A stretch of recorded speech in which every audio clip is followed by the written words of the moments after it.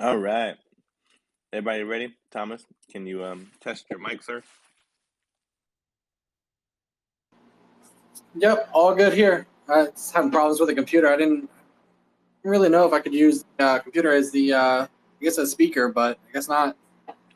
Yeah, I don't know if they like baked in all that Twitter Spaces support on desktop yet, but it's all good. So before we begin, I'll say that there's a slight lead up if you want the full story on like how Handshake started. So before Handshake started, you have to kind of understand the early cast of characters. So every good story's got to break down the characters. So I'll tell you from my perspective, because again, I've been here since before Handshake was Handshake.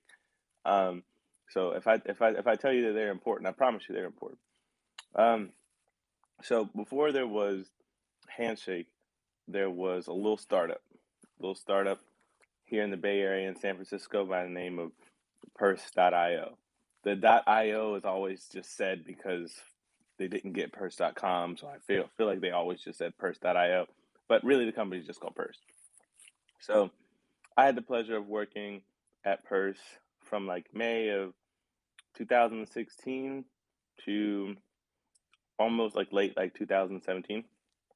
It's like a year and a half ish. Um, while I was there, I was the head of like growth and product content. So I did all sorts of stuff, um, like technical writing, data stuff, building out the support team, helping hire and bring on people for growing like just like the general company, the support staff, the like the Bitcoin uh, website. So Bitcoin.io, that is a full node implementation in Bitcoin that's written in Node.js. So that was the first re-implementation of Bitcoin that Christopher Jeffrey, or everyone who lovingly calls him just JJ, um, he was the creator of that. So that started actually as a small little SPV, I think, wallet like proof of concept made by a gentleman named Fedora and Dutney. And then JJ discovered this library and was like, hey, I'm really good at Node. He'd worked at Node Jitsu prior, and then also GoDaddy. And so we'll get back to the GoDaddy stuff in a little bit, but it'll make more sense soon. And so he worked there, and then he discovered this library and was like, I'm going to build out this like client library, kind of like full node for all these tools for Purse's backend. So, you got normal backend engineers, like DevOps people and stuff like that. But when it comes to like the crypto backend infrastructure, especially with like a marketplace like Purses, they needed something for like the type of this, the special types of accounting they handled with all the different assets, with how they did escrow for all their services and stuff. So, they knew someone that really knew their way around, the weeds. And so expertise in Bitcoin was kind of like very limited to the Bitcoin core team for a while, and there weren't too many people actually that knew it intimately. But then Struts and JJ, and he's like, okay, well, I see Bitcoin and Bitcoin Core. I'm just going to try and re-implement all of that slowly over time here at Purse, and and he's the CTO of Purse as well. So he got the chopping on that over the course of the time that I was there. So while I was there, I got to help them like design the current Bitcoin.io website, plan the first Bitcoin hackathon with some other friends, Buck Purley, Mason Borda. Buck Purley is no longer, well, he wasn't at Purse at the time. He had just graduated from a coding boot camp and was trying to get into crypto. And Mason was like working on some startup ideas. And Mason's now the CEO of TokenSoft, kind of one of the larger like token platform raising companies. So we did a joint hackathon together. We helped like build up the initial like Bitcoin community at the same time I was doing all my work at Purse, and then also we were interfacing with miners out in China because they were also sick of the Bitcoin core team, and someone else working on an alternate full node implementation would really help from like a governance standpoint. So they got to be friends with Purse, and they were huge fans of like Bitcoin and what JJ was working on. And when JJ implemented Get Block template, which is a part of if you're going to build a full node library, something that you need if you're going to like actually like mine a block, right? You need to get all the transactions, etc., everything like compiled together in order to actually like submit that information to like your miner so you can like hash a block. So you need a template, right? And so he implemented that first, and like Bitcoin was one of the first ultimate implementations of Bitcoin to mine a block. And if you look up Bitcoin mines block or something, there's some old BTCmanager.com article about that, written by this woman named Christine. Um, but yeah, so that was a huge deal. So the miners were like, "Yay!" Someone actually like really confident that can kind of challenge like the Bitcoin core team and like their like centralization around Bitcoin's core implementation. So in comes Peter Todd, who sees us doing all this work with Bitcoin. And if you look up Peter Todd, like implementations, and then Steven McKie, like my name, he wrote a whole article and then put me in there and made a large metaphor about fire hydrants and all this other stuff, and talking about how like having multiple implementations of Bitcoin was dangerous, da da da da.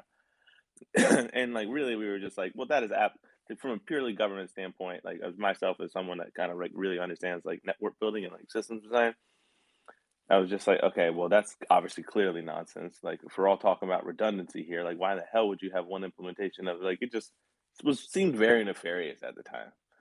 And so, like, I was like very publicly combative with him, which I am with a lot of people with a lot of things. And he was like, okay, well, I'm gonna write an article about this guy. So JJ saw that, I saw that, us at Purse were like, okay, well, this is kind of dumb. Why is the Bitcoin core team acting like this? And then came the Bitcoin scaling debate. And the Bitcoin scaling debate was interesting because everyone, like Adam from Blockstream, Peter Todd, Gregory Maxwell, all these people were like up in arms about the miners wanting to change the block size limit, which ultimately at the time was just more of a kind of a governance failure, a lack of communication from like the East and the West, because the miners are mining, and then the most of the software developers with core implementation in the West like just were really introverted and just did not talk to people in the East. Just did not meld well. And so when one wanted to introduce SegWit, which in its own way was a block size increase, and the Chinese miners who weren't as privy or as deeply educated on the core implementation and the smaller bits on how Bitcoin works, truthfully at the time, were like, okay, well, how would you just like raise the block size, right? They were just like very simple, like bump this number from 1 to 2 to 2 to whatever, like let's just do that. And clearly, there's just like it's a software development governance process, and then like miners who are like financially like incentivized, like in like two different mindsets. So we saw this playing out in real time at Purge. You're like, all right, so how do we help? So JJ, Andrew Lee, Alalawa Suntukun, who's the creator of Lightning, who's now CTO still of Lightning, and then Joseph Poon, who is one of the co-creators of Lightning, who's no longer at Lightning, also Plasma, and also now Handshake. So all these guys, we were all in a room, and we were plotting like, how do we end this block size debate?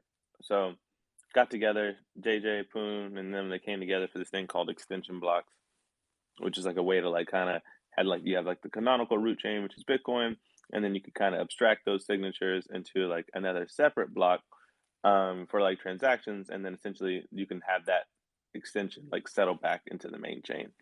And so since this was going to be a soft fork, and all the miners had to do was just like accept it and like start like mining this fork, and then that would effectively in the block size debate. So they put out this proposal called the extension blocks proposal, and then Laura Shin at the time, who was a writer of Forbes, who was a friend of mine at the time, was like, hey, I was like, we had some ideas for like ending this block size debate. So she was like, cool, I'll talk to you guys and I'll report on it. So then she puts out an article on it, which kind of really skews the perspective on these things, which was very common back in the day because, like, again, this stuff's very nuanced, as we know. Like, we're 10 years plus out and people are still getting this stuff wrong. So she messes up the story a little bit, and this makes JJ mad. So now JJ is mad at Laura Shin. So he's sitting there in the office. He's grumpy. He's like, grr, Laura Shin. And he was like, messing up my thing. I'm trying to fix this, And then there comes like a miscommunication problem of a developer not understanding like the journalistic process of this reporting and how it works, and you know what I mean, and just like taking things personally. So it's just all this just social nonsense. And so everyone at first was like, okay, well, we tried to get this extension blocks thing out, da da da. come out of nowhere, there was some meeting in New York, and Barry Silbert and everybody got together, and of those with a greater economic interest in like the U.S. and like they were able to like push like Segwit through and get that stuff accepted and da da da da, and like everybody was happy. It was more so like folks like finally getting to the table and someone with like an adult being like, okay, guys, stop bickering. Like we have to make a decision. Like this is how this works. And so that happened. And so then Purse like continues to like chug along. And so come about late 2017, I'm getting ready to leave Purse. And this is where the story will start to get all handshake focused. I'm getting ready to leave Purse, and I went on a trip with Andrew Lee to LA. And we went down to like Santa Monica because we were gonna be meeting this dude, Andrew Lee, another guy named Andrew Lee, coincidentally, who is the founder, CEO of, or prior was, um, Private Internet Access VPN. He's also like an early guy who had a bunch of Bitcoin on like Mt. Gox. And he's also like just a very like wealthy, known fella, successful entrepreneur type. So him and Andrew were tight. One because they had the same name, which is very confusing throughout the course of the story. But there's two Andrew Lees. I always just call them Andrew Lee squared whenever I refer to them in a conversation. But there's two Andrew Lees, both really nice guy, nice Korean fellas. And so they were buddy buddy. We went down there to LA. So we're down in LA, and Andrew showed me around for the first time. I hadn't been there. And so we go to this Korean American magazine place to go meet Andrew Lee. But Andrew Lee's not there at the time, so we ended up having to do a video call with him and the other guy, Caleb Chin, who was like basically Andrew Lee's like right-hand man. And so anytime they had some business stuff, Caleb Chin's right there. You'll also see him like around the handshake community at some point. And so we do this video call. We meet this guy, Andrew Lee, and this time we're talking about this. You're not going to believe this, but it's so true. This is why the story needs to be told. So this Andrew Lee guy had just started a record label, and he was focused on rappers. It's called like King's something, King's Music, King's, I don't know. But the person that he had signed first was Lil Flip. And if y'all don't know who Lil Flip is, one, you're not missing anything. But two, it's like a rapper from like I want to say like the mid to late 2000s. That's where I like fell off. And then I guess decided he wanted to come back. And then so this guy was like, all right, we're going to bring this guy on. And at this time, he was thinking about making a token. Like this was during the Ethereum ICO boom. I was deep into Ethereum. I was deep into all this like trading tokens, all that sort of stuff. Also still while I was at Purse. And so I was also kind of like brought down there to kind of like have like, kind of some just general strategy with these fellas. And so he tells us this idea for so fucking funny. He tells us this idea for a token, and it's called Flip Chips. And I was like, you got to be kidding me. There's no way you're going to like a token called Flip Chips. And he's like, no. It's this whole thing. You're going to have like the social token. So this is like before this was a thing for Lil Flip. And, we're going to give it to fans and we're going to do all this stuff. So it's like all the stuff that NFT people are doing right now. So it wasn't a bad idea per se. I just wouldn't pick Lil Flip for this. You know what I mean?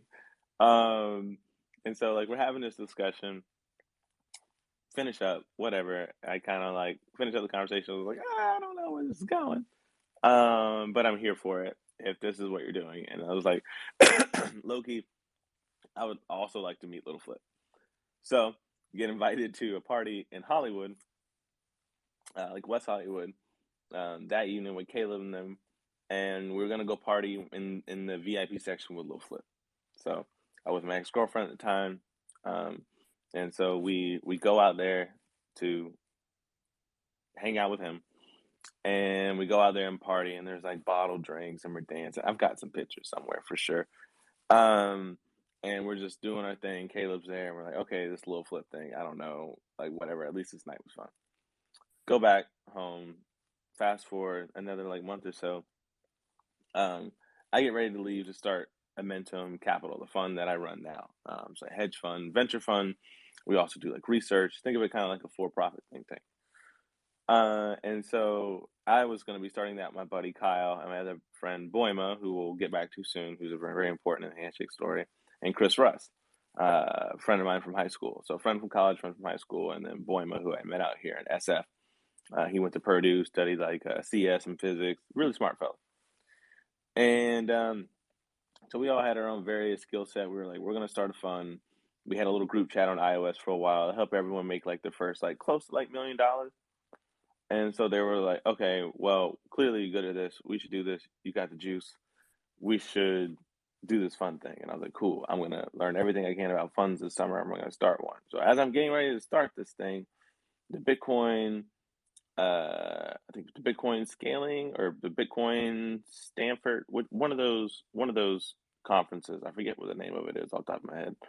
Boyman and I got invited to be like the diversity part of the diversity community because one, like we're in front of a few brown people in and around the kind of core crypto code base, kind of like science kind of portion of crypto. So we got invited at the time to like help bring other brown folks along. So we go there, we go to the talk. And so we go and Poon is also giving a discussion about plasma on Bitcoin, right? So adding some extensibility to Bitcoin because he had just like had that paper go out with Vitalik with it on Ethereum. And it's like, I can put it on Bitcoin. And so he puts out this paper like, and then he presents it and it's like brilliant. And then at the end of it, all the Bitcoin people just like, nobody's really like gets excited about it. And he just like kind of gets off stage. And I'm like, damn, that's just dope. And it's because anything where it comes to like adding extensibility is just like shuttered at like that community at the time.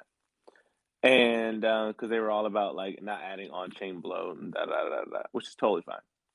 Good arguments on both sides. So he leaves that, and we're like, we pull Poon to the side, and we're like, Poon, we're starting a fund, and we would love for you to be an advisor for our fund. And he was like, oh, great, you guys are starting a fund? We're like, yeah. He's like, absolutely, I would love to be an advisor for you guys' fund. And we were like, great, have a Joseph Poon for an advisor. Nice. And then Poon's like, I also have something for you. And I were like, oh, tell us about it. He's like, and this isn't something that Poon says very often. You know, he's like, I got something that I think will, make you guys do very well with your fund. Poon isn't a money man. This is something I need to stress. He does not care about money. But he was like, we're building this really dope thing. And, like, if you guys have a fund, I want to give you an opportunity to invest in it. And we're like, say less. Great. We'll get you an advisory contract your way and then also count us in. And he's like, okay, great. Well, I'll get back to you in like a few months' time. So during that period, we announced that we're starting our fund, announce it on CoinDesk, all this stuff. Holiday season comes through, and then we kind of get our deck together and all this stuff as we get ready to formally start fundraising. So sometime between January of 2018 and February 2018, Boima got cold feet. Like we went to give a talk at Howard University, gave a lecture on all this stuff. Things went really well. And he was like, hey, the crypto market's cooling down. It was kind of looking a little bearish, right? And so this is about to start like almost a 2-year slump too. So I don't blame him. And he was like, I'm actually just trying to like not spend my crypto money I just made. I'm trying to like just pay my bills and like have some income. Got some family stuff going on. So like, all right, yeah, work. Like absolutely, that's what you need to do. Go focus on that. So then it was 3. It was myself, Chris, and Kyle now at the fund. And so he kind of bowed out before we even had formally started like fundraising itself. So we're like, all right, well, that's fine. So that played out. And then we started fundraising, raised our money, and then come about May, June-ish of 2018, got approached again by Joseph, and Joseph was like, all right, it's time. Like, we're going to do the investment. We're going to take the money in. And we're like, okay. But before we got there, they were finishing up the fundraising part of like the private raise. So they took in like the $10 million from this huge slew of investors. Like it's the who's who of any big name fund in Silicon Valley, and most of these like kind of crypto-ish popular angel style investors that like did real well in crypto early. So they all got all those people who they knew from like Purses, past investors, people that we knew around crypto because of our technical contributions, all the editor stuff. So people came out of the weeds. And Joseph, Boima, Andrew Lee, I call it like the SF Purse team side of things, and like the Bitcoin team that's associated that, which was at the time like Mark Tynaway, Matthew Zipkin, Jonathan Than, Jacqueline Lene, Darren Mills, all the purse team. And they were all kind of like on that side of like the business end as Andrew Lee squared and Poon and Boima kind of finessed all the loose ends while JJ wrote the code. So Poon is like the architect. He is like help with plasma, help with lightning, and he's like, okay, JJ, we're gonna sit down, and the guys are both geniuses, but they work two different ways. And Andrew Lee was like the referee, is the way I like to say it, like the social referee. And then he had enough like kind of like social skills to be able to interface between the two of them, see what was there brilliance wise.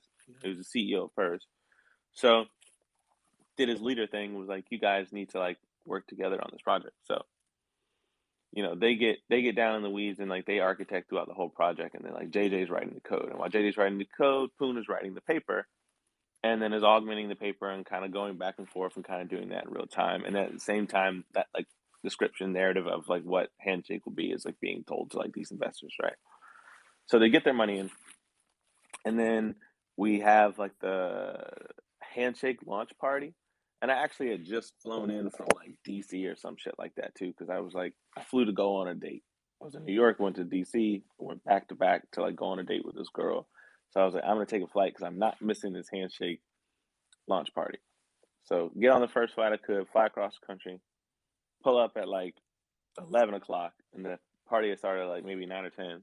So I'm like, oh no, I'm late. I'm like, no, it was not late. So I get invited to this party, and I'm like, okay, like this is a party. Like this wasn't like, oh, we're just gonna walk into this building and there's like some tables and some cupcakes. Like, hey, hell yeah, we're gonna do this handshake thing. Like, no, it was a party. Like there was like, oh man, I can't even really describe it. Like this, I've got only like one video, I believe, but it's like this mystical kind of like magical enchanted forest. These like fairyish women walking around. And then that's the entrance as I'm going in. And I'm like, okay, there's this whole installation, there's this whole vibe here. And I go upstairs, and like there's like these tents, and like there's all these like crazy like lights. And like you go down the hallway, there's like all these food and like chilling sections, bean bags, you can grab some shrooms, get some LSD. There was a dab bar, and then there was a lady that was like serving the dab bar, which if you know me, I love smoking weed. So I was like, I love dabs. So I just got off this flight. I'm gonna make a beeline. Well, first the boy, I'm gonna say what's up, and then I'm gonna go to the dab bar. I'm chilling at the dab bar, taking dabs, hanging out. Pretty sure I saw the guy from Entourage, the curly hair guy, walk by, like the main character dude. And I was just like, huh, like I was not expecting this type of party. And so it was interesting. So, at Joseph, everybody was there, everybody was having a good time. I won't give any private descriptions on anything else that I saw. But it was a party. It was a San Francisco party. Is the best way I can really describe it. And I was just like, man, y'all just like this handshake thing is like, I know it's a big deal, but like y'all like really, really celebrating this. And then at one point, I walk in, I was going to get a drink, and then I hear like some mystical music playing, and like people sitting down on the floor, and I'm like, what's going on in here? And I peek around my head, and there's some lady like handling some chant, like discussion, like talk, preachy sort of deal. And then everyone's sort of sitting there, like half meditating on the ground, and there's like this spinning, like illusion, like light thing at the front of the room, and like there's this like low music playing, like you're in like a massage parlor, and I'm just like, what are we doing here? Like, is this a cult? Is this like, is this a really hippie vibe that I'm not quite hip to? Like, this was new for me. Okay, I had only been in San Francisco a couple of years, but like I don't hang around those crowds of like people. It's like myself and then like my friends that like smoke weed. So that was fun. And so this party goes off, and I'm like, I guess this handshake thing is gonna be a thing. Coming around the summertime, the fundraising and stuff finishes up. I start getting hyped for handshake, and so I'm like, all right, well, we put our money in.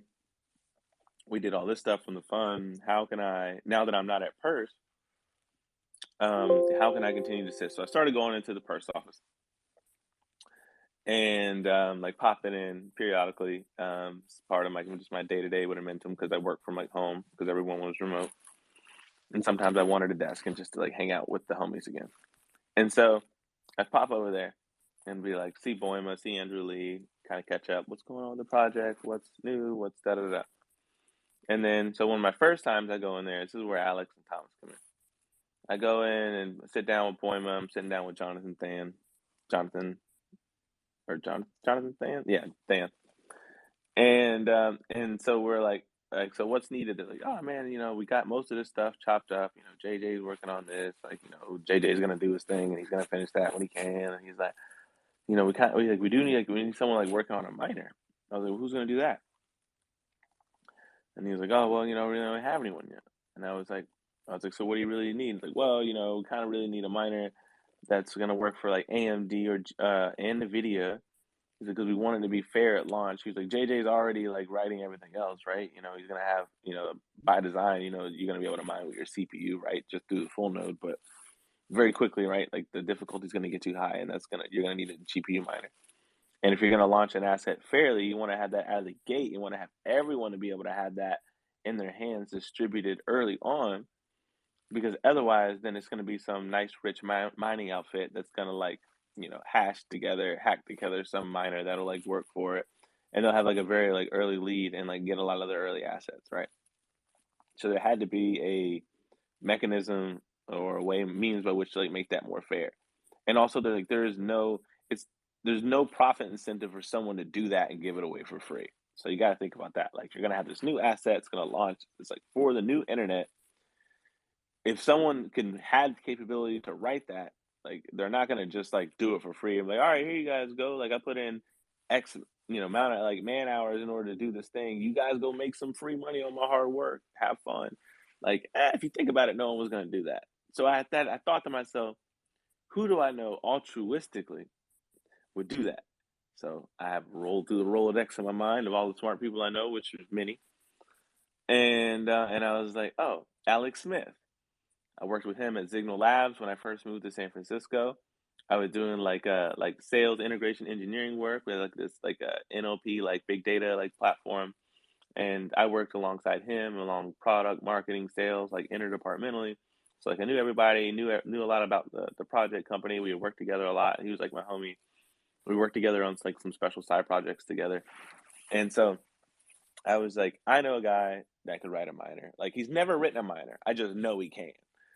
And then, so I reached out to Alex and I was like, Alex, and I was like, would you be interested in writing a minor for the Handshake chain?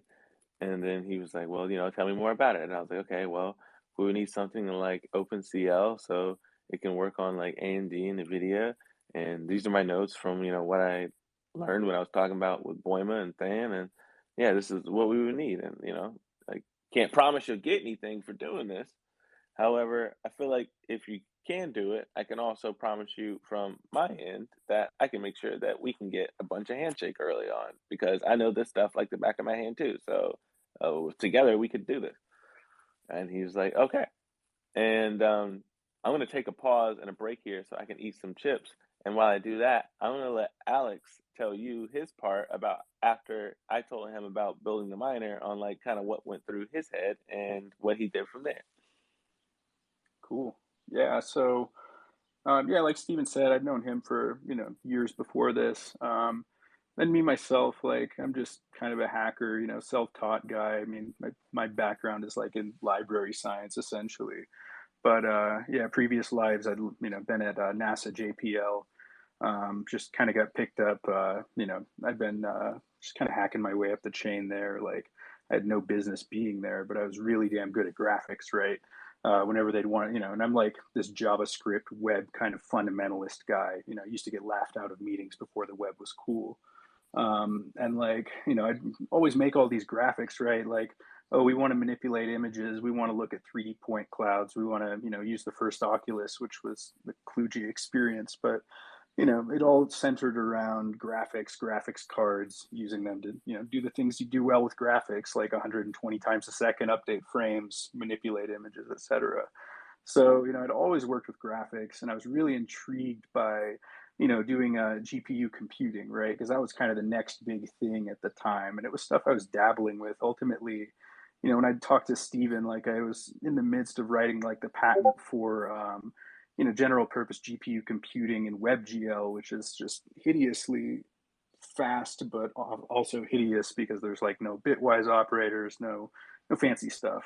So you had to literally write machine code, but I saw the power in it. But I also wanted to apply it in some meaningful way, like during my normal 9 to 5, like find a way to just like, super power myself. And that was mining. For me at that point, I was getting into mining myself. Like, this was when like Bitcoin had crashed. It was like a few $1,000s at this point. I'd kicked myself because I bought all these rigs, and at that point, I'm just mining, for heat at my office, and as well, like to buy new hardware, which everybody was losing their shirts and selling theirs. So I was just scooping it up and, building my own little private data center. But, I was super intrigued by mining, and I was like, finally, like, okay, I'm going to pull the trigger. I'm, oddly enough, right before I talking to Steven, I'm like, I'm going to get into this, like, this mining stuff, and write my own miners. So, I'd like implemented like SHA-256, and it was beautiful to look at from a graphical perspective. And I'm like, wow, this is powerful. This is beautiful. And then Steven got in touch with me like a few days later, totally randomly. I mean, fate, whatever we want to call it. But yeah, got in touch with me about this Handshake project and how they needed a miner. I was like, hell yes, count me in, man. I need to do this. Like, this is perfect, exactly what I need. So yes, learned OpenCL, and especially in C, that was really exciting. Like, all this stuff I've been doing thus far was low level shader code, more GLSL, just writing shaders and shader math to do things. So essentially I'd already written OpenCL just kind of in the browser.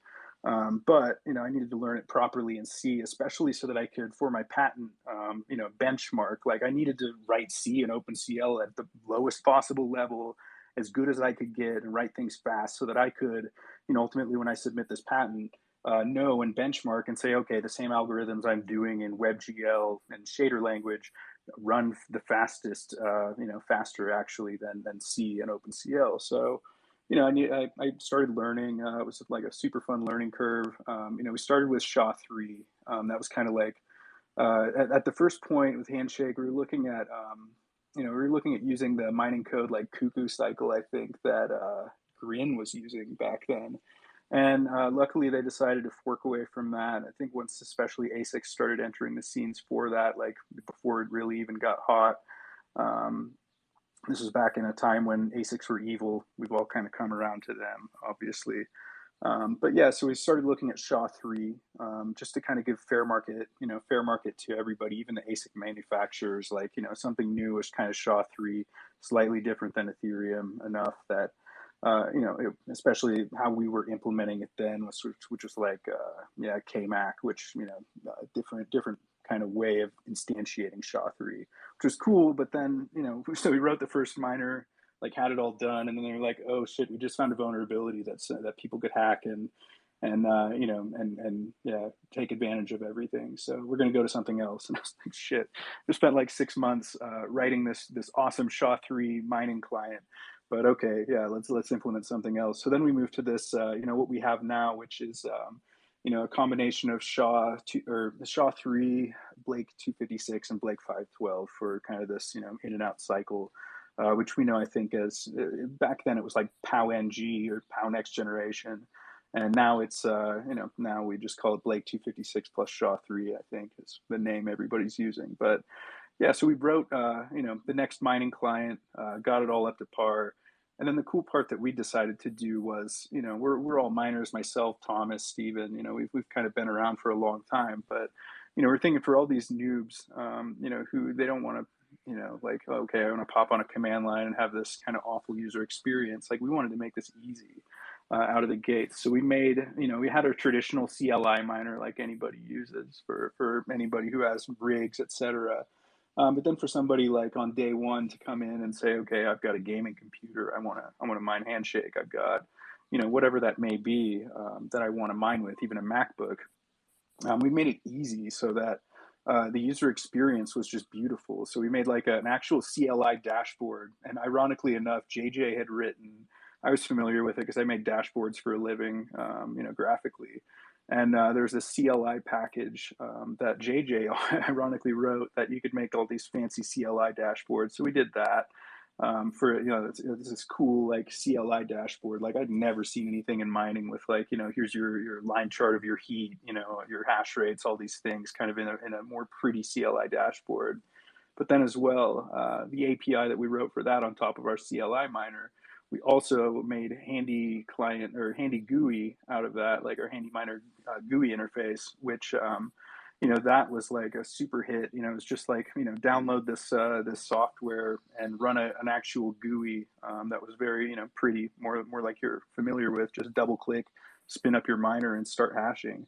So we made everything super easy and for people to use, and that ironically, the user experience itself was so great that the people Gold Shell, if you're familiar with the ASICs that they make, especially they came out first with the HS1 and HS1 Plus, they actually reached out to us, because our interface was so good that they wanted us to support their product because they've made, their like their Windows GUI client, which it's great, it works. They just weren't very happy with the experience side of it, but loved the experience that we made so much that they helped us out, gave us some hardware and got us going and gave us API access and all that stuff really early, so that we actually built our products.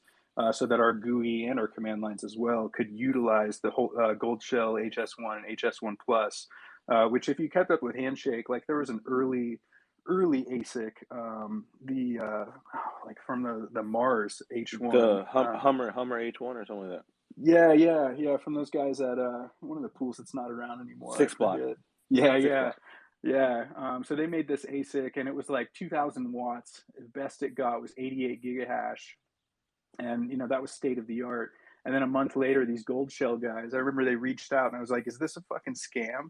Because like they had this tiny little box and they're like, it's 57 watts and gets 55 to 60 gigahashes. I was like, what?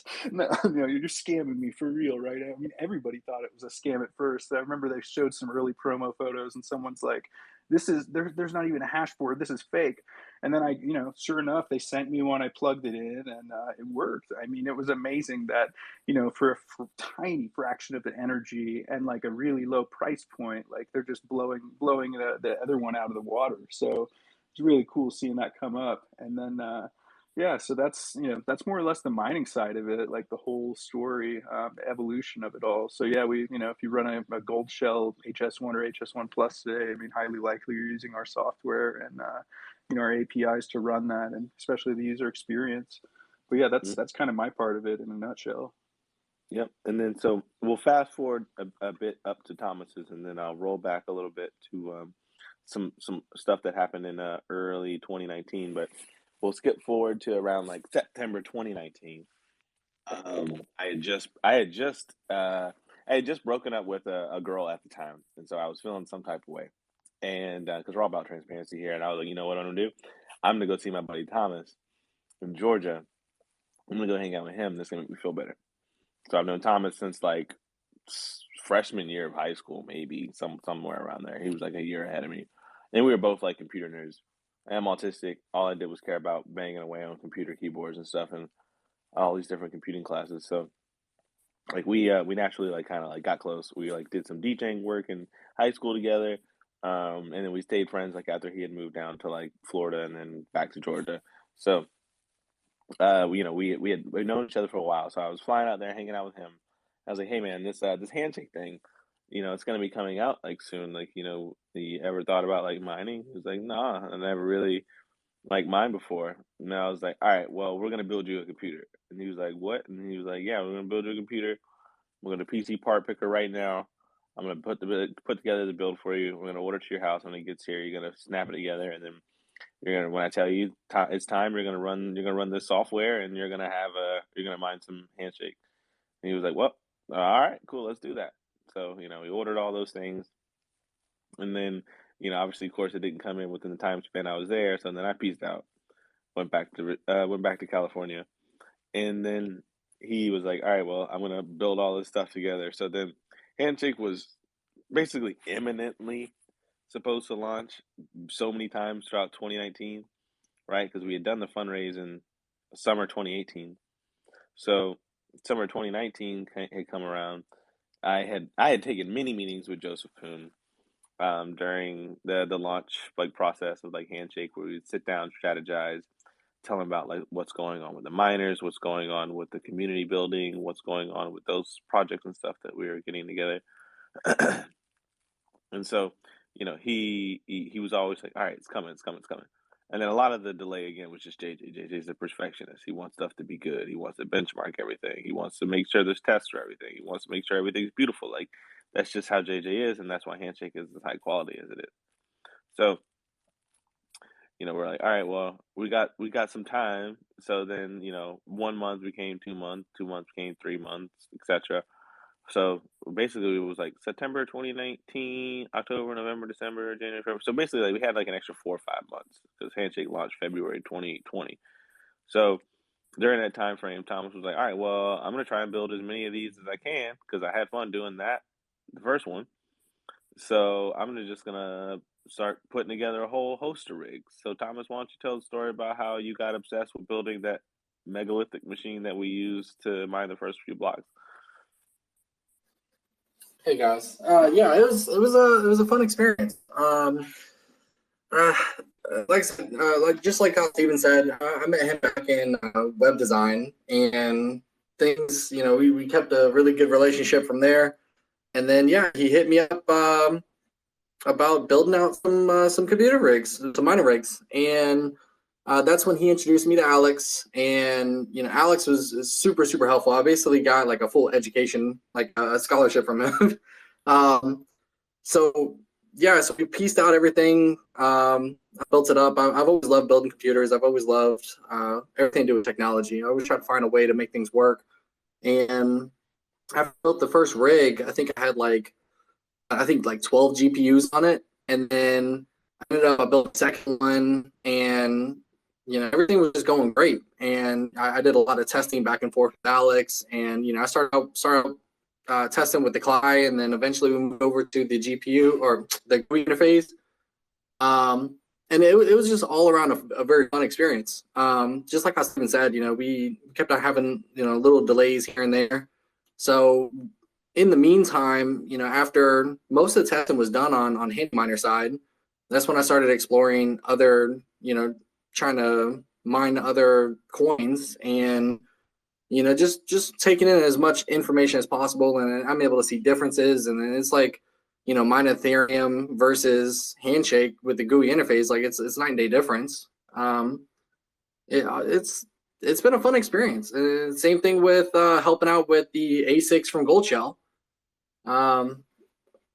That's pretty much it. Yeah, it was my job to basically take in and learn as much as I can and put myself into another user's shoes, basically, and try to find things that could possibly break. Maybe I try to break it, load it up to the max, and as a group, Handy OSS group, we all put our heads together and try to find like what makes things look better or work better, and we just work together as much as possible on building the first mining client for Handshake. And all around, it was one of the best experiences of my life. I mean, that's pretty much all I have to say about it. Oh, and so yeah, so we'll get to the actual launch of Handshake here in a little bit. But I want to roll back a little bit because there's another another important piece of the story here.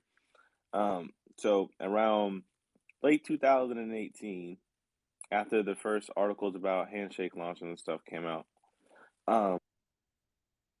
there was a gentleman that sent me an email. I'd been running Momentum for like 6, 7, 8 months at this time. I was a CEO. I was doing a lot of research and stuff. We were making trades, doing our investments. So one of the things I decided to do was, one, I wanted us to be one of the first ones to like write about Handshake like in depth. So like someone would have like a primer to reference. And then also I knew that there was a lot of software that we were going to need upon like launch. So like my background is like study CS and project management. So when it comes to like product, architecture, what needs to be built, how does it need to be built, how do you manage these stakeholders, right? Like how do you manage the developers, how do you manage the business people, how do you manage the marketing people, how do you all that stuff? That's the shit I love. I never really loved writing code as much as I loved talking about writing code, architecting things that should be built, knowing what libraries, what frameworks to use, that sort of stuff. Like that's the type of stuff that like I love. I love synthesizing. And so like, but also because I had been so many years in the crypto space, I knew and had seen Ethereum launch, I'd seen the early days of Bitcoin, Zcash, Monero, da da da, and kind of just watching, you know. And so you pick up a lot over time about like why was this successful? Why did this work? Yada yada yada. And so I was like, okay, well, we're gonna need a few things. Again, it goes back to what I said earlier with Alex. Like, there is no profit incentive for anyone to build any of this shit because, like, the chain's gonna be new. So if you're going to build any of these things, you're probably either gonna be a for-profit company, or it's gonna be like some closed source stuff, and you're gonna keep it to yourself.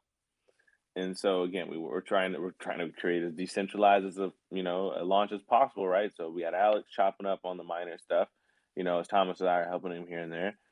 And then so they're like, all right, well, we need someone for everything else. Like we need a block explorer, right? So what do you need a block explorer? You need an indexer for the chain, right? You need to be able to like parse like all like the record data for like the unique names, which was unique to Handshake's like covenant system. Okay, you needed like maybe other alternate client libraries, right? Like maybe not everyone wants to write stuff in Node like day one. Maybe it'd be nice if there was some things like they were written in Rust. Like what about like what I mean? Like all this stuff had to be like figured out. So there was a gentleman that emailed me because again, faith, whatever you want to call it. His name's Sean Kilgariff at Sean Kilgariff, Kilgarriff, I believe, on Twitter. And he's the CEO of Urkel. So Urkel is when he reached out to me, he's like, Steven, I saw your article on governance. So I wrote this like 3,000 something post word on like the governance manifesto, basically like how governance works in crypto systems and like how to actually view them and understand like how decisions are made in these different interlocking systems. And it was like my magnum opus on just like someone was like, this governance stuff's hard. And I was like, no, the fuck it isn't. And so I wrote about it. And then so that caught the eye of this guy, Sean Kilgariff, and he was like, dude, the shit was dope. He was like, I don't know much, about what you guys are working on in Momentum, but I would like to work with you, right? And he had done some work with another crypto fund at the time, something like that. So I guess he was like, maybe this is another opportunity for some work. So I was like, you know what? Fund was newer at the time. Like, love to work with you.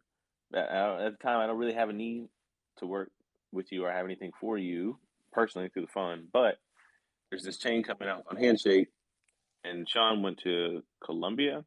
Yeah, so he studied CS there, if I'm not mistaken.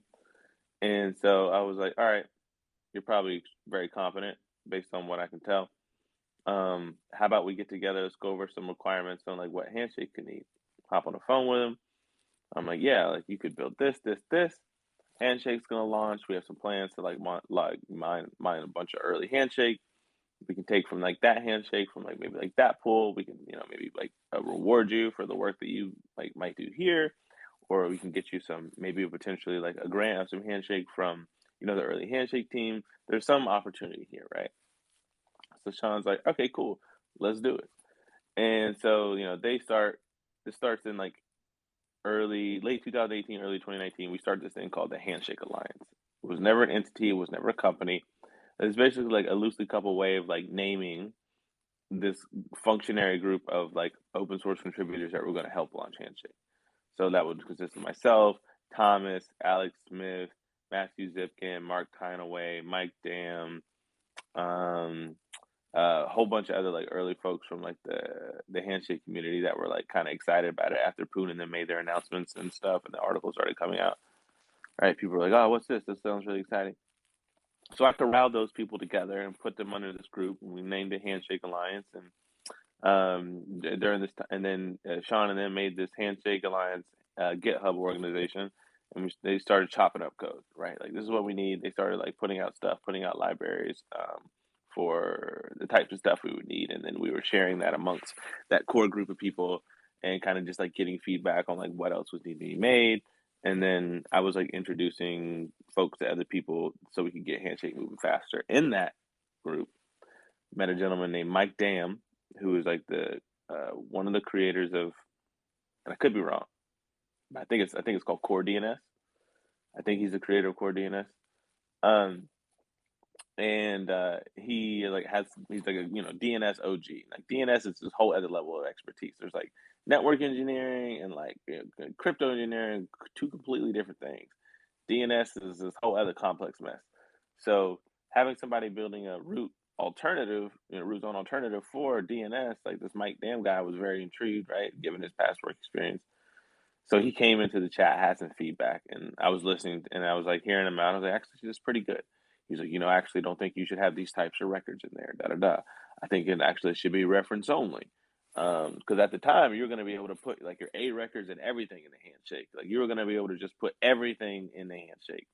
But then Mike Dan came along and was like, oh, that's not actually how DNS works fully. Like, it'd be better if it was just like fully a reference. And we just have name server, like NS records and like TXT records and like limited records here so that you maintain ultimate backwards compatibility with DNS. So you're like, all right, that's actually a great idea. I introduced Mike Dan to Boima, and Boima, because JJ is a difficult person to get a scheduled discussion with, finesses it so him and JJ can have a discussion. Mike Dan then helps him figure out these reference only components of Handshake, which is great. So during that process too, in that chat, while we were working on the proof of work of the chain as well, right before we changed to like Blake 2B SHA-3, when it was like still cuckoo cycle and stuff, I think it was either Sean or it was a combination of Zipkin and Sean. Zipkin noticed something going on with the reserve root and was like, hey, like someone's like stuffing this in there, which like it's like a means of like a miner like optimizing, like being able to like find a block faster by being able to like store like a nonce or in like those bits in the reserve like root itself, so that they wouldn't have to go back and hash it again. It's like saving themselves a little bit of time. I believe I said that as close as concisely as I could to being accurate. Yeah. And so that being said, Matt noticed that, which in actuality, this happened many times in the Handshake early days. A lot of us didn't trust each other, right? Because this is a decentralized thing. Even though a lot of us were connected through like Purse and Bitcoin, and there was like that inherent trust because I had worked there, right?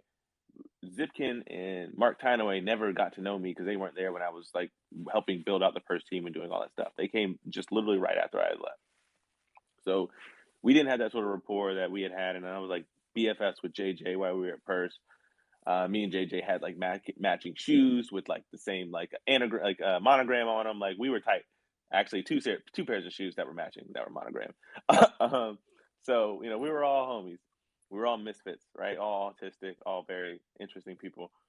So that being said, like when you came out of that core group, I'm still managing this sort of stuff. So many times Zipkin and them were trying to like test if they could actually trust us. And like we were also like working on mining stuff, right? Which given the launch could be a huge like kind of like potential for like a mistake or like an attack vector, so to like speak. And that like if you're trying to like really like create this decentralized thing, if someone creates this miner and like keeps it to themselves, like that could ultimately like hurt the community. So there was also like, are these guys actually gonna like do this, right? Like we knew we were gonna give it away, but because again, the whole what's their incentive to do so? There isn't one. They just literally just had to like blanket trust us, which I get at the time they didn't.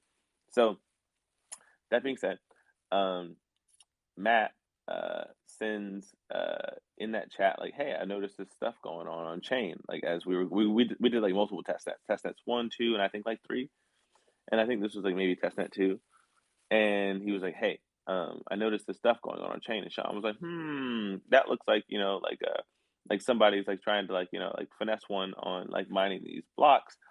Looks like they're like trying to like find a way to like optimize this, and like so let me look into that. So then Sean goes in, leaves an issue on GitHub about what he had noticed, like in detail. JJ responds back a little while later and is like, you know what, I thought about it and I'm making all these changes to the proof of work because you said that. And that's how we ended up with like Blake 2B, like SHA-3 that came like after that. So because of that chat, because of that discussion, because of this lack of trust, we were able to get an even better version of proof of work into Handshake, which again, it's great. This is all part of like a decentralized launch. This is how it should go. And so we're like, all right, well, then as things slowly got towards launch, because like 2019 was so long. Again, it was supposed to keep coming. Like we had Tyshawn, we had Anthony, the CTO and CEO of name base in the chat. Like they too had investors that had gotten money in. And then during this process, Sean and them had built so much. They were like, you know what? Maybe we should build like a mining pool and stuff like that too. And like, so now, because like the thing keeps getting delayed, we've got all this time to build more stuff. And I was like, more power to you, homie. I think you should do it.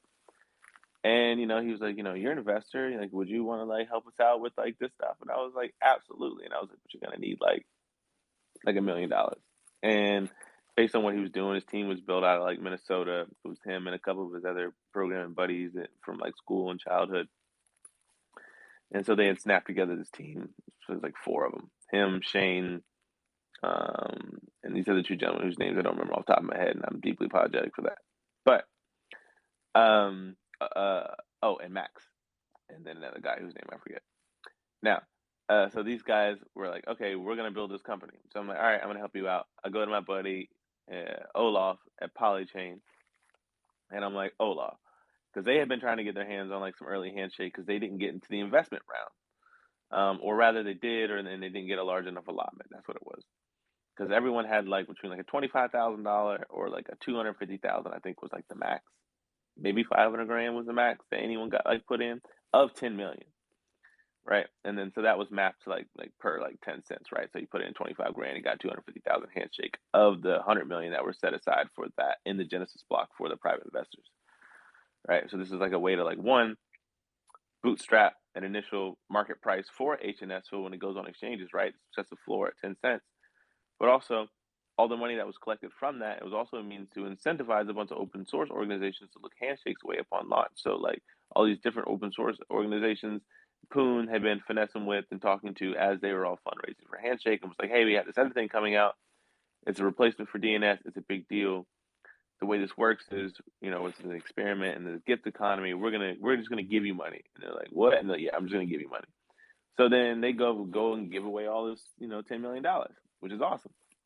So now, like, no one got actual cash for this thing. But the whole time, JJ is building out the client, and Alex is hashing away on the mining client. So it's like, okay, great, everybody's doing their thing. And so like we get ready to launch come February of 2020. So we had a fund had invested in May 2018. So this is almost like 1.9 years later. And so during this whole time, we're hyping up Handshake. We're building on it. We're talking about it. We talked to journalists. And in the middle of 2019, I spoke to a gentleman named Mike Orcutt, who at MIT Technology Review, and he did an article talking about me, Taishan, Handshake, like what was being built, like why it was important. And then when Handshake launched, they did a follow-up on it too. So shout out to MIT Technology, Mike and them. They really like helped us like educate on Handshake early on to kind of get more people aware of it as it came to launch, which is also another important part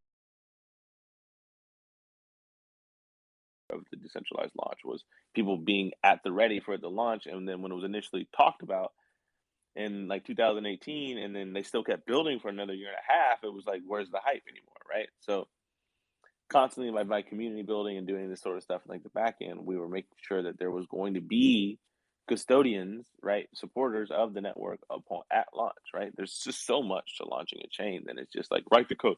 Like, no, dude, no. If you're gonna do it fucking right, there's a lot to do. This. It's a project. You got to manage it. And so that being said, we go to launch Handshake around like February 3rd. So I'm hyped. I'm back with my girlfriend at the time we got back together. It's great news. And so I'm like, all right, baby, I gotta go. I gotta go see a man about launching a blockchain. So I fly to Georgia, to Pooler, Georgia, where Thomas is. I won't dox him any more than that. And so we were like, all right, I'm gonna go out to Georgia, which was also where I was born.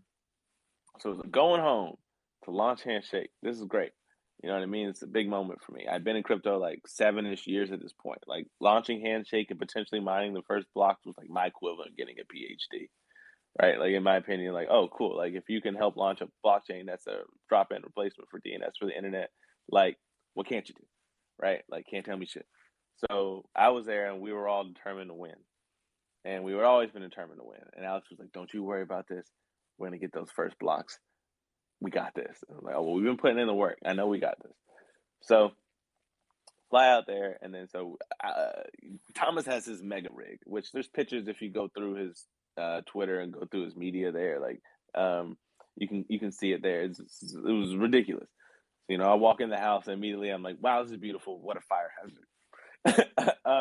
But I'm like, all right, well, I'm ready for us to do this. So we're gonna do some test runs with running the software, like HSD, and like to like mine the first blocks. Like JJ had put out, and then had put out a notice on like how to mine the first blocks and like what was going to happen like after block Bitcoin block, whatever. I can't remember the exact block. You'd be able to then run the miner, and then it would check to make sure that that Bitcoin block had passed, and the Bitcoin block had passed. Then you would be able to like actually like mine the first blocks, right? So it was like kind of like you had to be there. You had to be there right before that Bitcoin block turned, and then as soon as that turned, you had to like get to work with like running your stuff and your installers and like, you know, getting all that stuff like ready to start hashing. And so we were like, how do we get more of an asymmetric advantage of this? And then so, as Alex was saying earlier, like his work in, as I like to describe, and he likes to describe computational physics, like, you know, compute computation, doing a lot of work with like, you know, cloud computing, things like that. He knew his way around like that stuff. So he compiled a binary for us to run in Google Cloud of his miner. And then, of course, it went back to me and Thomas's hustling days. And we were like, yo, I was like, how do we mine all this Handshake for free without paying a penny? Let's just roll a whole bunch of Google Cloud trial accounts, because each time it gives you $300 in credit. And we're going to do like 4 or 5 each. And we're going to just like run a bunch of free instances so we can just like have a shit ton of free hash rate for Handshake, because one, Alex is brilliant and he has this GPU miner, and then we can just deploy it across like multiple different like geographies like all around the world. And we can ensure that we have like the fastest, you know, instances of their GPUs like available. And so we had to go through the process of signing up all those, making them all look legitimate, adding a payment thing for all the accounts, doing all that sort of stuff, you know, deploying like the CPU, the GPU, all that stuff in like all the different regions, getting that stuff ready, which was a pain in the ass. But yeah, I didn't even sleep. Like we pulled up, I got there like February 2nd, like that afternoon. And then so Handshake launched February 3rd in the morning. So I was up that whole night and we were just setting up these accounts, Thomas and I going back and forth. All right, got another one ready, got another one ready, got another one ready. And then so come time for the launch of Handshake, we've got like my laptop, Thomas's laptop, we got the rig set up in the room, we got battle stations all set up across his house. Again, he lives like in the middle of nowhere in Georgia. So it was like we were out there focused. There was nothing else to do. And so we're like, all right, let's make sure that we get this shit. So this must have been about 10:30 in the morning ish. We were getting maybe like 2-ish blocks away from this launch. And then as we approach the launch, you know, everybody's queued up. We've got all of our computers on. We've got all of our instances ready to go to like hit go, basically, and like deploy. And then right before the block hit, we were like, all right, we're all like on like speakerphone or whatever, like sitting in the room, like, and I'm on my laptop, like ready to go. Like this was like, it was like, you know, we had like fractions of like seconds to like be the first ones to like do this. So then block turnover, it hits. Alex like, all right, go, right? So we're hitting all these buttons, and then boom, like Thomas's rig starts, you know, it's firing up. It starts like hashing. We deploy all these Google Cloud instances of these GPUs like all over the world, and then boom, it starts like mining Handshake, and then in the Handshake GPU like command line interface like miner, that we put an Easter egg, which was, because we're all Final Fantasy nerds, the Final Fantasy VII victory music, like dun dun dun dun dun dun dun dun. Well, Alex found a snippet of that and put like that mid-eye basically like file like in there, so that every time you found a block, it would like play this damn song. And one, it was because it was supposed to be a surprise, and two, I was hoping that there would be some giant warehouse of miners in China somewhere that would have this running, and then just like a shitload of Final Fantasy music would play off somewhere. Worst case scenario, if we didn't get the blocks. And I found that that probably would have been funny, even if I didn't experience that. So it starts firing, and then we just hear like da da da da. So anytime we would hear this victory music, we knew we would get a block. So as soon as we had hit that, we got like the first like block, right? And then we hit like another block, and then another block, and then another block, and then this is a race also to get the longest amount of work on the longest chain. so that anyone else mining, then their miner is going to see the longest chain tip, and they're immediately going to start like adding like their work onto that, and they're going to abandon and they're going to orphan like whatever chain like they're working on. So it wasn't just getting the first block; it was getting the second, third, fourth, fifth, like making the chain long enough so that everyone like snaps onto our tracks, so to speak, right? And so I think we mined. I think Alex can confirm. I think it was like the first like 44 blocks, something like that. Does that sound right? Yeah, yeah, there were some peppered in there by some other folks here and there, but yeah, yeah, the first streak of them were somehow, I don't know, it was like we were so focused on it for what, 18 months, like, trying to win that it totally just went off without a hitch. It was weird, totally Yeah, it was. random. Yeah, it was like perfect. It was like we had just like quantum jump into a reality where everything went exactly as planned.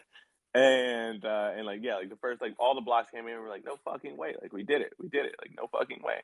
And I was hype as shit. So like I hop up and I'm like, yeah, yeah, yeah, it's dope. Me and Thomas have been finessing, hustling, doing things like that since like high school. We used to sell like fucking mixed CDs so that we could afford like McDonald's food.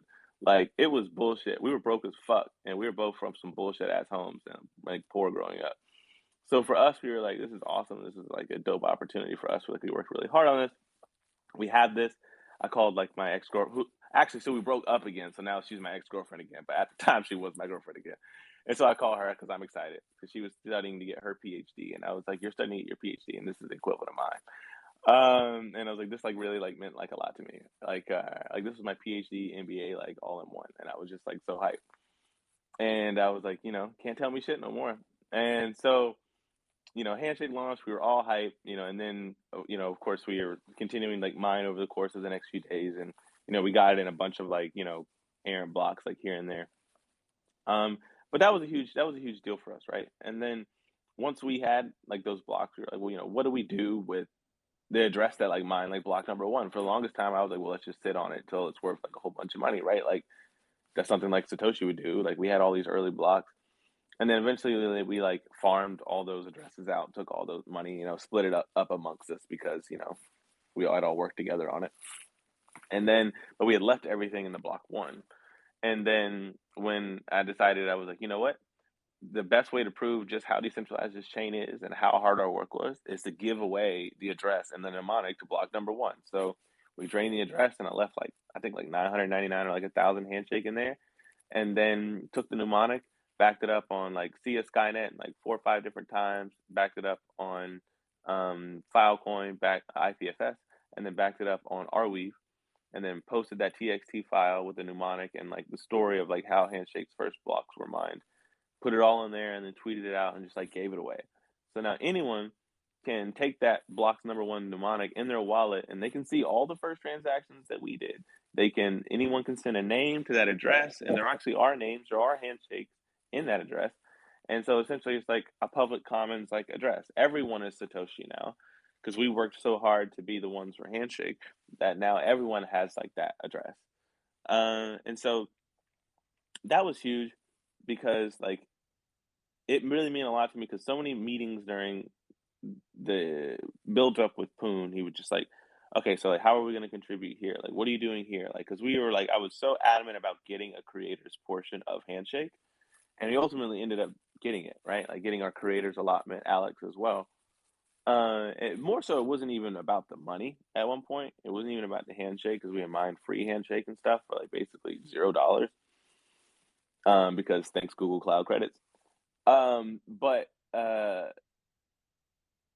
like basically it was just like just getting affirmation that like everything that we did was just like so important because like there was more than just what Poon and Boyman did. Like there was all the other parts of launching a chain, right? And we handled that from start to finish and still are, right? So like after we launched that, like we launched Handy Browser, which was the first reference browser, like Chromium built from scratch again with like Alex's brilliance, like our existence, like and chopping up that together. Handy Stratum, which was like a mining stratum, which is what you use like when you're gonna like divide up work for like a mining pool, right? So if you want to mine Handshake, it's open source stratum that supports all the functions of Handshake's like proof of work, and we put that out there. And then of course we put out Handy Host, which sewed all these different D-Web protocols together with Handshake running as a resolver like in the back end, as it's supposed to, hiding back like DNS does. You don't think about it.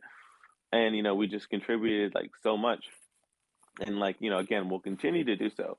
But like the launch of Handshake was like met with a lot of like distrust amongst people because again, this was like a decentralized thing and like everyone liked each other for the most part.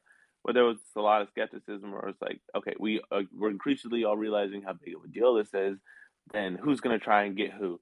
Ultimately, in the end, nobody did. It was great. Like nobody, there was no backstabbing. There was no one hurt anybody. It was just a lot of just like crypto related paranoia. Also, there's everyone smokes pot, and even of course Alex. Well, Alex has quit now, but like we were all a little paranoid simply because we were always on perpetually high. Um, but actually, I remember like taking my dab rig into the Purse office one day and setting up a small room so I could take dabs while I worked at Purse. That was a different time back in 2017. It was a very special time. But like building and launching something like this was just like so important to me because I had been on the internet since I was a child. Like that was the thing that like always intrigued me. That was my getaway from the shitty world in which I grew up was to just get on the internet. So the opportunity to be able to make it more censorship resistant and to like ensure like freedom of speech so that other kids like myself could continue to do that without like the world like centralizing the internet to all hell. I felt like it was kind of like my duty to do that. And since I was like best bros with JJ when we worked at Purse, like I also introduced him to his, I believe they're still dating, his girlfriend Christine, or CH Django. You've probably seen her around the community. Like I kind of coupled those two together, and I was like, you guys are lovely nerdy people. You guys should like each other. And they were, it was my homie. And same with Joseph Poon. He was one of the first advisors to our fund. He advised for the first year pro bono. Didn't even take the money in the end. He was like, nah, man, you keep that. Which really helped with like fundraising, a lot of like, asking a lot of like early like questions and stuff like that of like technical nature and like being able to have him there. And again, Andrew Lee was my mentor because he was my CEO at Purse when I was there. And getting to like work with like all these different functional people, and then of course we invested in a name base too, because so like name base, I think they got their first check. You gotta look back at the docs. I think it was like maybe summer 2018 from like Paradigm. So like Fred Ersham and them who like spun off from Coinbase. One of their first investors, and then we invested alongside one of these guys from Venmo, Morgan Creek Digital, Danhua Capital, um, the Coinbase Ventures guys, a few other people, and so it was kind of like this is going to be the Coinbase for a Handshake, and that was going to be name based, and so they've definitely nailed up to the name, and so again, everyone worked together, and also I got to give shout out to the person that actually gave me access to that deal, Eric Meltzer.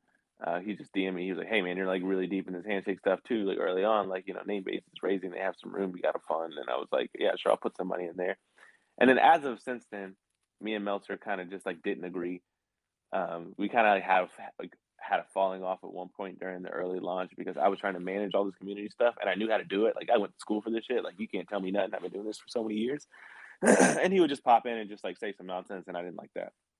And I'm not the type of person that deals with nonsense. Because I'm usually the one with the nonsense, so I don't have time for anybody else. And so and so beyond that, like I really owe him for that because he gave us access to that deal to Namebase, and then to this day, I constantly have feedback for Namebase and how they do things because they are like this custodial centralized portion of Handshake. But I feel confident because we work so hard on the non-custodial, like non-centralized version of Handshake, open source, all that stuff, making sure that stuff was available that it actually like has a balance. Like there might be a lot of influx, larger amount of centralized names to Namebase as of at this time. No, but that's just because that was one of the simplest like on ramps to like get money to like buy things. But there is alternatives. You can transfer those names out. So over time, the ecosystem will like continue to balance, and Namebase served as a very important early partner in ensuring the success. Like without Namebase in the very beginning, we wouldn't have had like all these easy ways to like bid on names, and it would have started off really slow. And then Bob Wallet, got better in time, right? But without the simplicity and like of like a venture backed like setup like Namebase, like we probably wouldn't be where we are. So it took a lot of work on both sides, a little bit of centralized work, a little bit of decentralized work.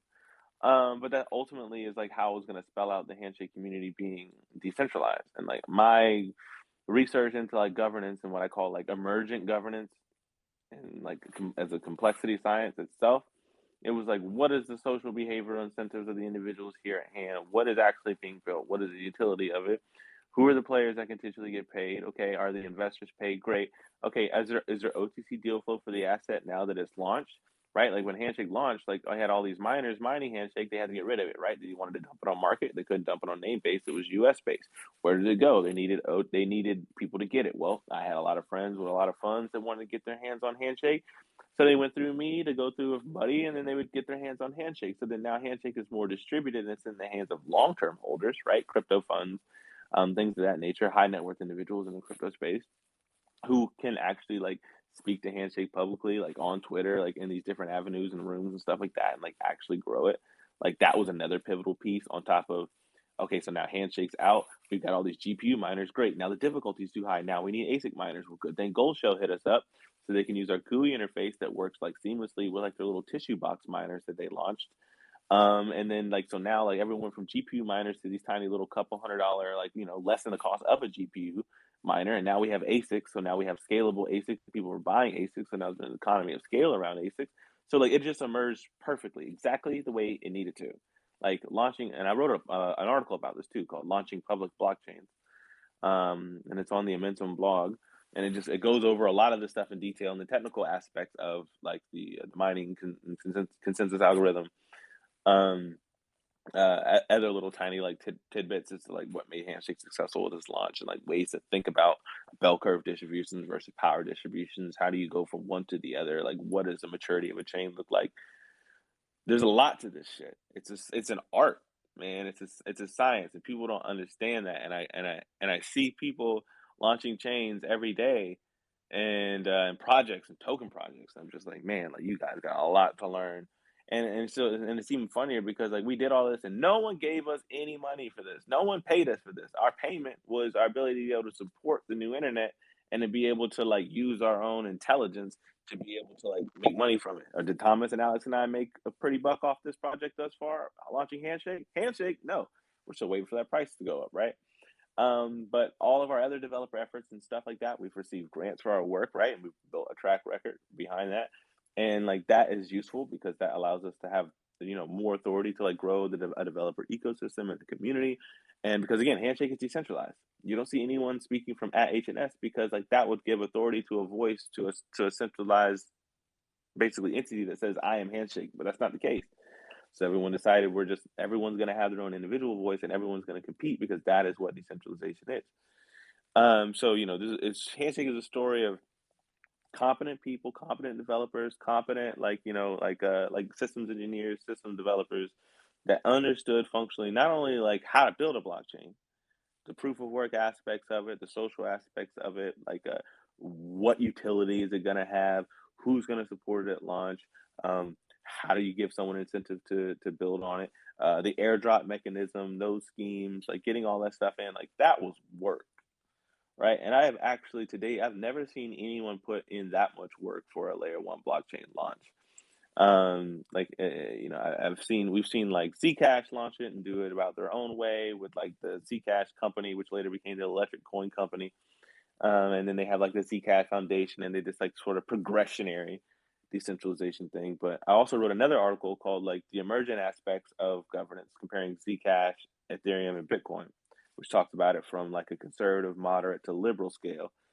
And with Bitcoin falling on the farthest end of the what's the word? Conservative scale, the middle moderate being Zcash, and the most liberal being Ethereum, as far as like code-based changes, how the community progresses, right? Bitcoin being the most like staunch, like stagnant, like we move, we make moves, we think and we build code like we're rocket scientists. And you've got like the middle Zcash where it's like we came like kind of later in the cycle, 2016. We're like utility based around like privacy. There's no real utility beyond the privacy, not very different from Bitcoin semantically. So, but we at the same time we're like trying to compete with Ethereum, which has its own privacy features too. So we got to continue to move. So it kind of makes them more moderate, right? Because if they don't, they stagnate, they just die in comparison to Bitcoin. And then you got like Ethereum, which is like constantly like changing. Have a very liberal, like a developer community. It's like a lot of stuff is driven by like rough consensus, and they have a sound like governance practice, and they move through it, and it's very like democratic in a lot of ways, but also very meritocratic in a lot of ways where it should. And so yeah, so it's just like there's different ways, and like where was Handshake gonna fall in this, right? Like it was built off of Bitcoin. It's like Bitcoin. It should be more conservative, like Bitcoin, but it also has some additional extensibility and a lot of progress here. So should it fall closer towards that end, towards towards Zcash? Should it be more liberal like Ethereum? Like like you have to think about these things. And then you have to design around these things, and then you have to build a community of people who are like-minded to actually bring these things to fruition, right? The ethos of your community is just as important as the technology you build too. Communication and community is a technology. People don't really realize that, but those are technologies too. Like they were one of the first ones we had before we had computers. We had people, we had systems of humans, right? And you had to be able to organize those things. That was your compute.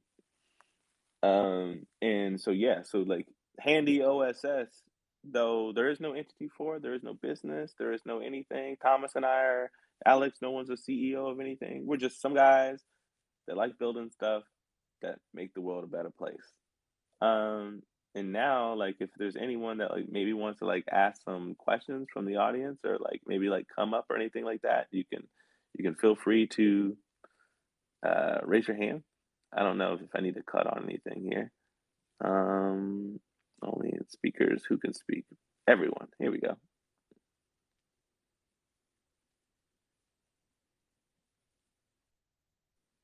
Yeah, if anybody has any questions, I believe that you can just like raise your hand. I think I have it set up so you guys can do that.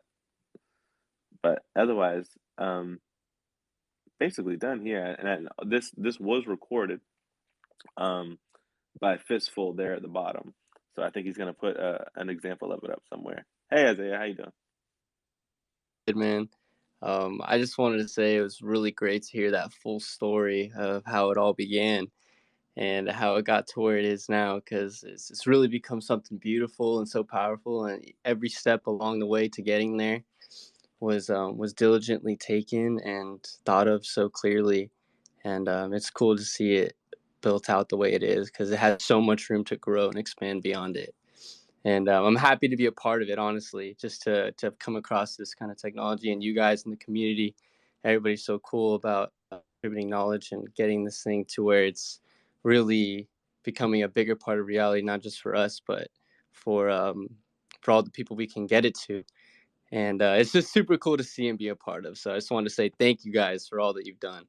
And I'm doing the best to be able to contribute that as time goes on too. So yeah, just thanks, man. Really. Yeah, absolutely, man. I really appreciate that. Again, like we did it literally all just for the community, so we could all like be here now, just to enjoy it together. And we knew the community would grow this much more quickly if we got all the hard shit out of the way early, and it did. So like we're literally just sitting back. You know what I mean? Like we don't want any Yeah. authority.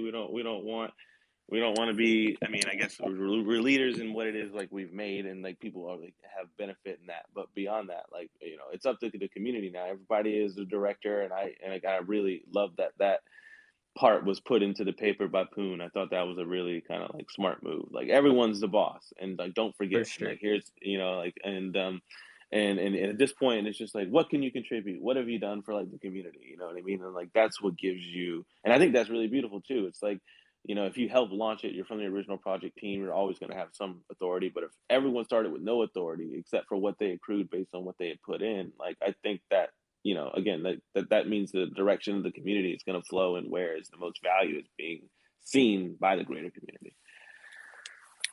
Yeah, definitely. So that's awesome. And thank you for that feedback too on that, those thoughts. I agree 100%, man. And it's super cool. Yeah, man. Heck Anybody else want to ask questions, say anything? Feel free. Sure. Hey, so I was one of the GitHub developers who got an airdrop on their SSH public key. How cool is that?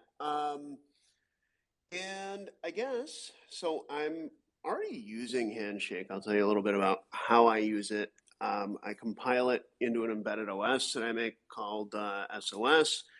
And basically right now, just using it as sort of the resolver so that the devices that run SOS actually, resolve their own DNS and they don't have to depend on a foreign service to get DNS. And given that it is a really simple and really complete project, and in fact, that's something I love about it. So I assume there's probably not a whole lot of feature scope, if any, that you're going to be adding. I'm curious where you see like the next 12 months going in terms of Handshake, and what's got you feeling excited about developments in either the software, the community, anything really. Yeah, Oh, sure. by the way, you're a good storyteller. Oh, thank you, thank you. Like, yeah, I don't, but blame the autism. I don't forget anything. I just kind of went in canonical order based off of every event that came up in my head. But, yeah, so what I'm excited about, and then I'm sure Thomas has his own opinion, and Alex too. But for me, it's just like, again, seeing like you said, right? Handshake is like universal as far as like its applicability. So like, you can compile it, embed it into all sorts of different interesting places, and not only HSD but also the light client SNSD too, right? Which is even more lightweight, which is great. And so like we put out all these different projects to help support like the greater ecosystem, and then most recently like Handy Host. And the reason we put that out was because like, okay, we want Handshake to be the root, and then we want Sia Coin for storage. We got a cache for compute. We've got DVPN for like bandwidth. Like DVPN supports like Handshake resolving like by design. Like when you run their nodes now through HNSD. So it was like, okay, there's this lovely marriage of all these different assets together. And it's just like, and so the D Web is here. But when you start playing around with these protocols, you're like, okay, like cool, they've got some nice prices. Like, the community's there, like they've got some good documentation, like it's a good protocol. But you're like, okay, where are the resources, right? Like, where is the actual compute on the network? Where's like who can I actually like rent from as far as like DVPN? Like whose nodes can I connect to? Like what's the storage marketplace like for SIA? Like when you actually go to look at it and look at these protocols that have been around for SIA Coin a few years, and DVPN and a cache not as long, a couple years, a cache like not even long at all. And so you're like, okay, so there's a lot of maturity that needs to happen. And so you're like, okay, I'm a Handshake developer. I've got all these DWeb names. So you're like, okay, I need a host of front end and a back end somewhere, right? So we wanted to like do the first step to being able to solve the answer to that question. Like you've got these other services that are trying to abstract all those components. Like that's all great, but we wanted something that was very like technical but abstracted and simplified in nature that'll allow people to get the gist and use these services the way that they were intended before someone comes along and centralizes and adds another like abstraction to it, right? And so we're like, okay, so what does that look like? And so now that is there and out there and successful, and Handy Host is like huge, and it's gotten a lot of users, a lot of feedback across all these different communities, which is not only good for those communities, but Handshake too, because now all these people by design are introduced to Handshake, and now they're fans of Handshake because this came from the Handshake community, right? So they're like, cool, like these guys are our friends. And so now our community is 3 times as large because now we have these extra people coming on board who are really learning about Handshake. So I'm really excited about the growth in just like community over the next year as people realize what all this stuff is faster now more than ever. Kind of go back, look at all the resources that we've already put out about Handshake and kind of get deeper into it. But then also, like, again, as the resources come online on these networks for people to rent, and et cetera, like that's going to be big. Like, as the commute marketplace grows, as the SIA marketplace grows, like looking at the storage on SIA and then looking at that network, you're like, wow, like this is not anywhere near as large as I thought it would be. And it's because like, the user experience basically was mostly for these things limited to the command line. And that's not fun. That's not sexy to use for most people. Like even myself, who knows his way around a command line, knows his way very well around a computer. I so often will just neglect doing it simply because I'm so used to doing it in a simple way on my phone or computer or laptop, iPad, etc. These days that like I don't even want to just spend the extra cycles. Like it's just like it's money to me. It's time. And so like if we can give that time back to more people, like that's really huge. So I'm most excited about the communities melding going forward over the next at least the next 6 months specifically, and like and what that'll mean as far as like innovations that'll come out of people like playing with stuff and modularly. Nice. Well, awesome to hear about that from you, and looking forward to what is coming together. That's really interesting how you mentioned all the composability between these blockchain applications. I think that's sort of a new development in the space lately, where we finally got to a point where you're not actually just stuck in a single way of doing things if you're using a blockchain product. And just a good example being like in Ethereum, well, you can do everything on Ethereum. Yep. And they were sort of isolated, and that's changing, which is really neat. Yeah, and from a distributed system standpoint, right? Like CS, like this concept is called like, you know, tightly coupled, loosely coupled, and it's dope. Like, everyone's like Web3, Ethereum. So it's like, okay, so you want to build the entire new web on Ethereum? Like, okay, are we gonna, all right, we're just gonna make the same mistake for like the third time? Like, I don't understand. Like, you don't get it. Like, you have to be loosely coupled. So like now these chains can be interdependent on each other, but they are not necessarily like fixed upon each other. So if Handshake, if your namespace goes down, right? And if there's another redundant namespace, like that's excellent. If your decentralized storage goes down, there's another redundant decentralized storage. Decentralized compute goes down, there's another like. We should not have everything on Ethereum so that one day if something happened to Ethereum, now everyone else's services are down. Like that, just from a system design standpoint, this is bad architecture. And so like now that we are at the point where we can make all these different protocols loosely coupled and then make them speak to each other, right, composably, as you were saying, Jacob, like we did through HandyHost.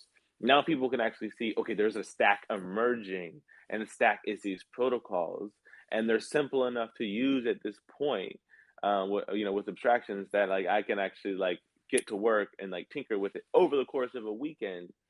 And instead of like spending the whole weekend just getting my dev environment set up and getting a whole bunch of nodes synced and then coming back and like running into all these issues and like, you know what I mean, like if you can get that initial hurdle out of the way, then you're going to solve a lot of problems for people to like go play.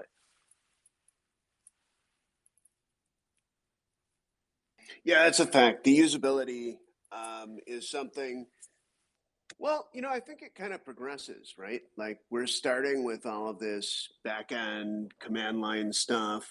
And for the products where there's demand, I think we're going to see more and more development on the UI side. And if the UIs never get built, maybe it wasn't actually the right product for whatever this is that we're building. It's actually very vague, right? Like which is one of the more interesting pieces of this. Yeah, I know. Like it's gonna be interesting to see how people like kind of composedly like snap these different like D-Web Lego pieces together, like so to speak. Like, and I really want people to just move away from saying Web3 so much so because it is so tied into Ethereum, and also like for a while, like Ethereum and the Polkadot ecosystem were trying to compete over the Web3, and like Polkadot had the Web3 Foundation because Gav York was like, okay, I want to like take this Web3 concept over because I helped build Ethereum, so like this is actually my thing. And then the Ethereum community took it by a hold, and now you've got the Silicon Valley Web2 guys, which are basically anything with an NFT they're saying is Web3 now. It's just stupid shit. And so it's just like, okay, no, like, can we just move on to like the D-Web? Because if you think about it, once we have a decentralized web of loosely coupled protocols, that's the last web. We don't need to call it anything else. There doesn't need to be a web 4, 5, 6. It's just the internet at that point. And then all the other different protocols just come and go, and people's stacks adjust accordingly. And so like I'm trying to get people to think that way because like words matter, and like words have power.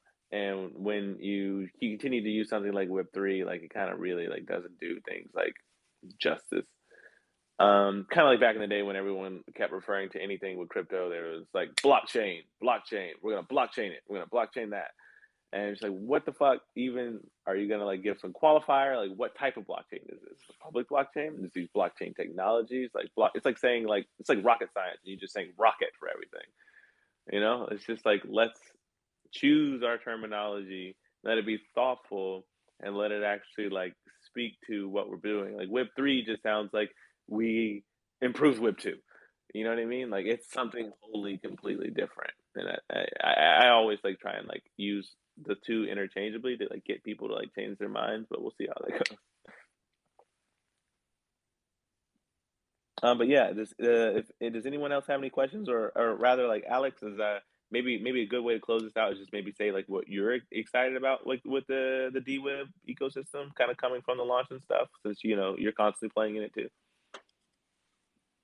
Oh yeah, I mean, I think it just echoes what you said, especially about bringing with Handy Host, perfect example, bringing all these things together, and essentially for us, we're taking a bite out of AWS. I mean, you can use blockchain protocols at a fraction of the price that we're paying this monopoly to have over us. All the power they have over us through compute and storage and whatever else there's a decentralized project for. Like, we're just bringing all this together, and I think that's what I get excited about, is seeing the evolution of things, and as well moving. It's like with Handshake specifically. I think the one thing that I get excited about, we've all been laser focused on the browser, and I think I mean, think about it from like, I have a Minecraft server, right? I can't play Minecraft through my browser. I need, an SNSD or like a full resolver at that point to stand up in front of things so that I can just resolve.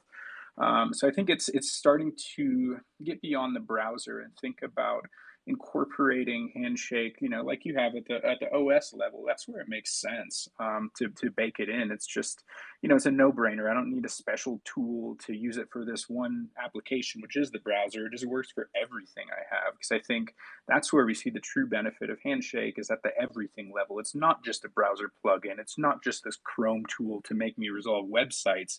It's the services. I want to run a Redis. I want to run an Elasticsearch. I want all these various things that I use in my architecture of the web.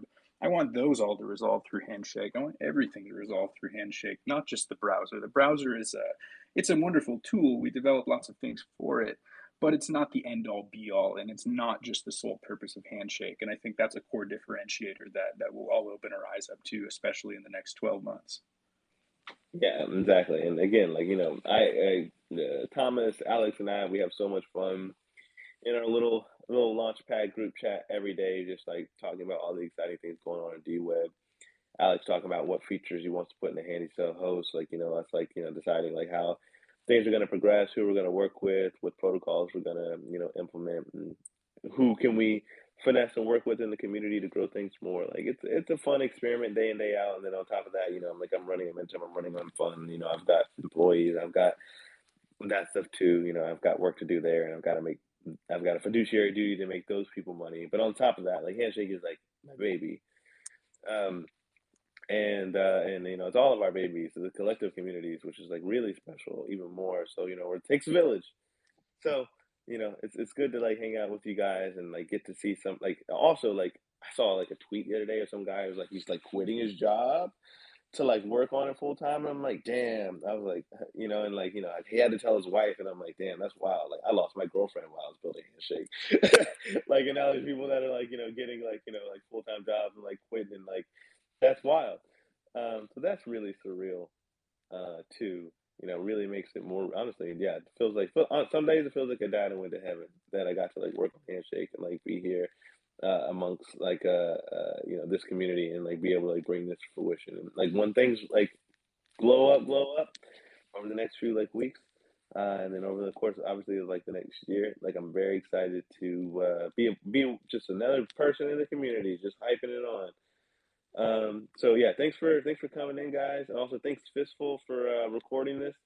So if he does, share a link with me and host that up somewhere, I'll make sure we share that through the Handy OSS Twitter and stuff. But yeah, thanks for chatting with us, guys. Hopefully I don't ever have to tell that. I'm definitely gonna have to tell that story again one day, but hopefully you guys will like remember good pieces of it, and like you'll tell a friend, and like and help spread the lore. So yeah, we'll see you guys around. We'll see you in like the Discord and all that stuff, and we'll talk to you guys soon. You want to say bye, Thomas, Alex? Cool. Thanks a bunch, guys. Yeah, thanks for everybody for joining up. It was a great story time. All right, y'all.